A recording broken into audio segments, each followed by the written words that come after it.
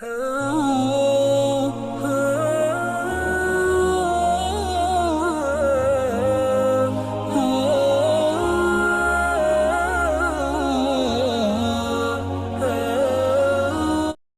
اللہ الرحمن الرحیم۔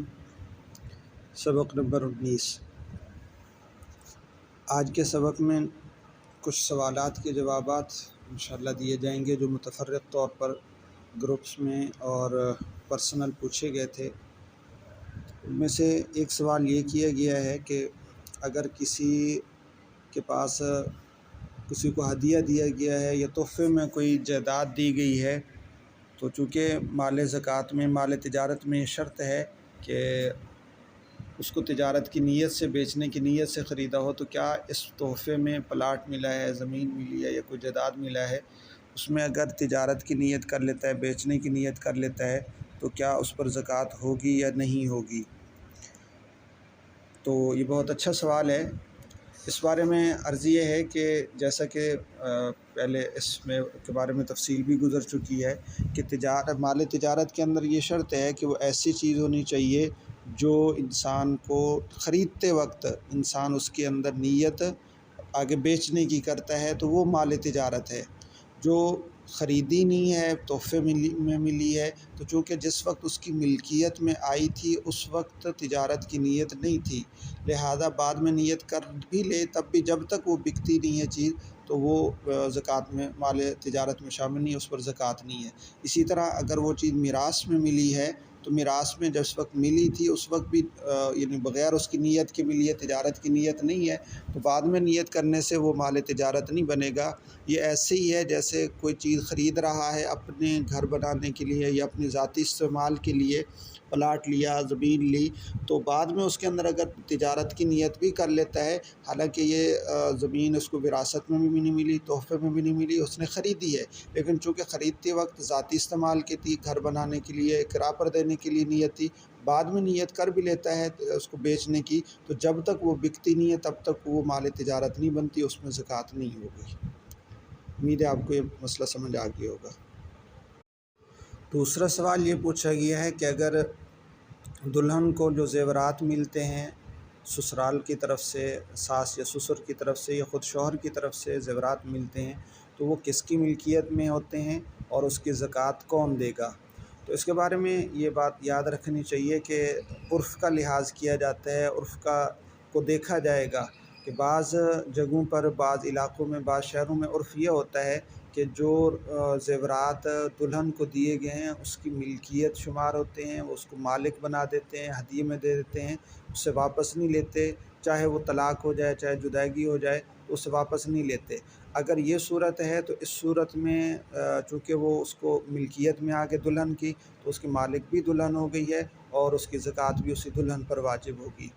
اور بعض علاقوں میں یہ رواج ہے کہ وہاں پر جو سسرال کی طرف سے زیورات ملتے ہیں یا سامان ملتا ہے وہ صرف عارضی طور پر ہوتا ہے، استعمال کے لیے ہوتا ہے،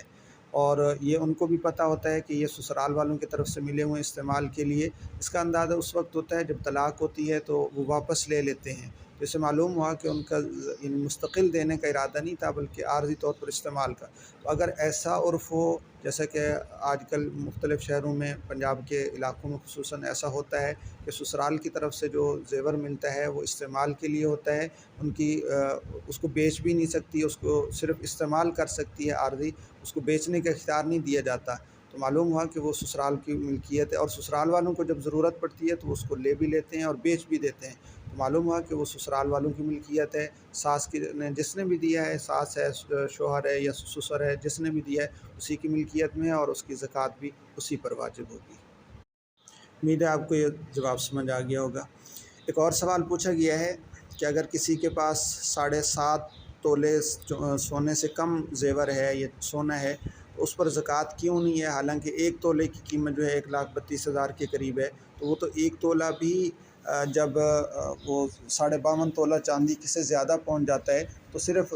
یعنی 1 تولہ ہو، 2 تولے ہوں، 7.5 تولے سے کم ہو تو زکوٰۃ کیوں نہیں ہوتی؟ تو اس کا جواب یہ دیا جاتا ہے کہ اصل بات یہ ہے کہ اکیلا سونا جب ہو تو اس کا نصاب جو شریعت کی طرف سے مقرر ہے وہ 7.5 تولے ہی ہے، لہذا جب سونا خالص سونا ہو اور اس کے علاوہ کچھ بھی نہ ہو تو پھر یہی نصاب ہوگا، اس کے علاوہ اس کو چاندی میں ہر صورت میں کنورٹ نہیں کریں گے، یعنی چاندی میں تبدیل نہیں کریں گے نصاب کو، بلکہ چاندی میں نصاب اس وقت تبدیل ہوگا، چاندی کا اعتبار اس وقت کریں گے جب سونے کے ساتھ کچھ نہ کچھ اور چیز بھی مل جائے گی۔ سونے کے ساتھ اگر چاندی مل جاتی ہے، سونے کے ساتھ کوئی رقم مل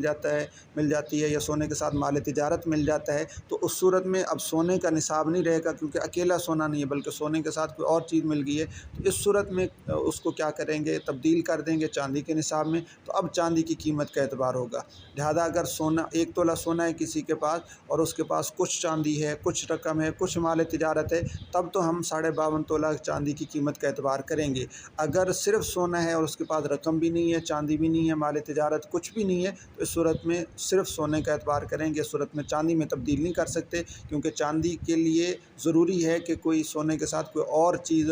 چاندی کی مثل چاندی ہو یا رقم ہو، اس کو بھی ہم چاندی میں تبدیل کر دیں گے۔ مال تجارت ہے، اس کے اندر بھی چاندی کا حساب لگا لیں گے۔ تو جب صرف سونا ہے، اس کے پاس کچھ نہیں ہے، تو اس صورت میں جب تک 7.5 تولے نہیں ہوتا اس وقت تک اس پر زکوٰۃ نہیں ہوگی۔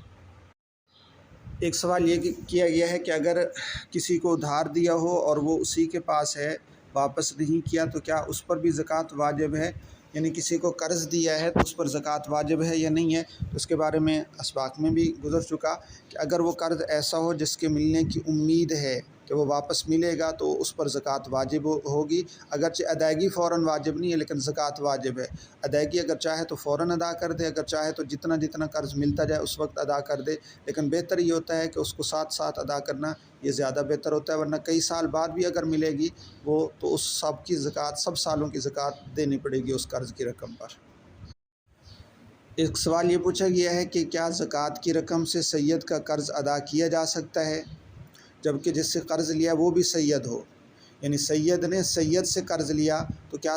زکوٰۃ کی رقم سے سید کا قرض ادا کیا جا سکتا ہے؟ تو یاد رکھیں کہ قرض ادا کرنا یہ اس کی طرف سے وکیل بن کے ادا کرنا ہوتا ہے مقروض کی طرف سے۔ تو اگر مقروض سید ہے تو اس کو جس طرح زکوٰۃ نہیں دی جا سکتی سید کو، تو اس چاہے قرض دینے والا سید ہو یا غیر سید ہو، اس سے کوئی فرق نہیں پڑتا۔ اصل یہ ہوگا کہ کس کی طرف سے آپ قرض ادا کر رہے ہیں۔ جب قرض ادا کر رہے ہیں سید کی طرف سے تو گویا کہ آپ جو زکوٰۃ کی رقم ہے وہ سید کو دے رہے ہیں، سید کی ملکیت میں دے رہے ہیں، پھر بطور وکیل سید کی طرف سے آپ قرض ادا کر رہے ہیں۔ تو سید کو جب زکوٰۃ نہیں لگتی تو کسی قسم کی زکوٰۃ وجوبی صدقات نہیں لگتے، نہیں دیے جا سکتے، تو اس کی طرف سے ان وجوبی جو صدقات ہیں ان کو قرض کے اندر، اس کے قرض کے اندر دینے کی بھی گنجائش نہیں ہے۔ ایک سوال یہ بھی پوچھا گیا ہے کہ اگر مجھ پر قرض ہے اور کوئی آدمی زکوٰۃ میں میرا قرض اتار دے تو کیا ایسا کرنا درست ہے؟ جی ہاں، اگر آپ کی طرف سے وہ قرض ادا کر دے اور آپ مستحق ہیں، یعنی آپ کے پاس سونا چاندی مال تجارت نقدی اور ضرورت سے زائد سامان اتنا نہیں ہے جو تقریباً 90,000 کے قریب بن جاتا ہے، اگر ضرورت سے زائد سامان ملا کر بھی اتنی رقم نہیں ہے آپ کے پاس تو آپ مقروض ہیں، یا اتنی رقم ہے لیکن قرض نکالنے کے بعد اتنی رقم نہیں بنتی جو آپ پر قرض ہے، تو اس صورت میں آپ مقروض ہیں اور مستحق بھی ہیں، تو آپ کی طرف سے کوئی زکوٰۃ کے اندر زکوٰۃ کی مد میں قرض آپ کا دے دے تو یہ بالکل ٹھیک ہوگا۔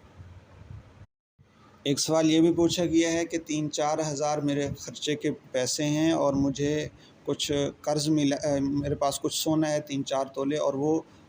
خاتون ہیں پوچھنے والی، ان کو میکے کی طرف سے ملا ہوا ہے، تو کیا مجھ پر بھی زکوٰۃ ہے یا نہیں ہے؟ تو اس کا جواب یہ دیا گیا ہے کہ یہ واقعی اس پر زکوٰۃ بنتی ہے، کیونکہ جب آپ کے پاس سونا بھی ہے اور آپ کے پاس کچھ پیسے بھی ہیں، چاہے وہ استعمال کے لیے رکھے ہوئے ہیں، ضرورت کے لیے رکھے ہوئے ہیں، تب بھی دونوں کو ملانے سے چونکہ مجموعہ کی قیمت وہ 52.5 تولہ چاندی کی قیمت کو پہنچ جاتی ہے، لہٰذا جب سال مکمل ہوگا آپ پر تو آپ کو زکوٰۃ دینی پڑے گی، کیونکہ یہ جو سونا ہوتا ہے میکے کی طرف سے دیا جاتا ہے وہ آپ کی ملکیت شمار ہوگا، وہ میکے کا نہیں ہوتا بلکہ آپ کا ہی ہوتا ہے، آپ کو ہی دیا جاتا ہے، اس لیے وہ سونا بھی آپ کی ملکیت میں اور رقم بھی آپ کی ملکیت میں ہے، تو آپ صاحب نصاب ہیں، آپ پر قرض زکوٰۃ لازم ہے۔ ایک سوال یہ بھی پوچھا گیا ہے کہ اگر کسی کے پاس 1.25 تولہ سونا ہے، سونے کا سیٹ ہے اور چاندی کا بھی ایک سیٹ ہے تو کتنی زکوٰۃ دینی ہوگی؟ تو اس کے بارے میں اصول یہی ہے، زکوٰۃ ادا کرنے نکالنے کا طریقہ جیسا کہ ایک فارم بھی دیا گیا اس کے مطابق نکال لیں۔ یہ اصول یاد رکھیں کہ جو آپ کے پاس رقم ہے یا چاندی ہے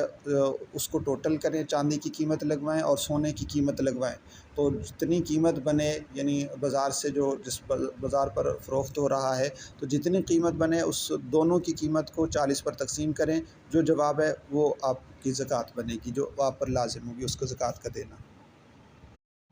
ایک سوال یہ پوچھا گیا ہے کہ جو زمین میں گھاس اگائی جاتی ہے جانوروں کو کھلانے کے لیے، تو اس پر بھی عشر بنتا ہے، اور اس کا عشر کتنا دینا ہوتا ہے، کہ اگر اس کی معتدل مقدار ہو تو دینا ہوگا یا تھوڑا بھی ہو تو دینا ہوگا؟ تو اس کا جواب یہ ہے کہ اصل بات یہ ہے کہ زمین سے جو چیز بھی نکلے، جتنی پیداوار بھی نکلے، اس سب پر کیا ہوگی؟ زکوٰۃ ہوگی۔ جس کو باقاعدہ اگایا گیا ہے، جس کو حاصل کرنے کی نیت سے زمین کے اندر بویا گیا ہے، اس سب پر زکوٰۃ ہوگی جب وہ تیار ہو جائے گا۔ تو گھاس جو ہوتا ہے باقاعدہ اس کو فروخت بھی کیا جاتا ہے، بیچا بھی جاتا ہے، جانوروں کے بھی استعمال نفع کے لیے اگایا جاتا ہے، تو اس گھاس پر بھی زکوٰۃ ہوگی۔ البتہ گھاس پر زکوٰۃ نہیں، عشر ہوگا، تو یہ عشر کتنا ہوگا؟ وہ 20واں حصہ ہوگا۔ یعنی اگر پانی نہری ہے، جیسے اس پر خرچہ کر کے لگایا گیا ہے، یا ٹیوب ویل کا پانی لگایا گیا ہے، خود تیل وغیرہ خرچ کر کے لگایا گیا ہے، تو 20واں حصہ ہوگا، چاہے وہ تھوڑا ہو زیادہ ہو۔ اگر مثال کے طور پر 20 کلو بھی ہوا ہے تو اس میں سے بھی 1 کلو دینا پڑے گا۔ باقی اس کا اندازہ کیسے لگائیں گے؟ کیا ہم صرف گھاس ہی دیں گے زکوٰۃ میں، یا اس کے لیے قیمت لگائیں گے؟ اصل یہ ہوتا ہے کہ جو اس کے ماہر ہوتے ہیں، جو وہاں لوگ ہوتے ہیں اور اس کے اندر موجود ہوتے ہیں اپنے اپنے علاقے میں، ان سے اس کی قیمت کھڑے کی، کہ مثال کے طور پر آپ گھاس نہیں دینا چاہتے عشر میں، تو اس کے کھڑے کی قیمت لگوائیں گے کہ اس پلاٹ میں، اس کھیت میں اتنا جو گھاس کھڑا ہے اس کی ٹوٹل قیمت کتنی ہوگی۔ اگر وہ قیمت بتلا دیتا ہے 20,000 40,000 جتنی بتا دیتا ہے، تو اس کا 20واں حصہ آپ کو عشر میں دینا ہوگا۔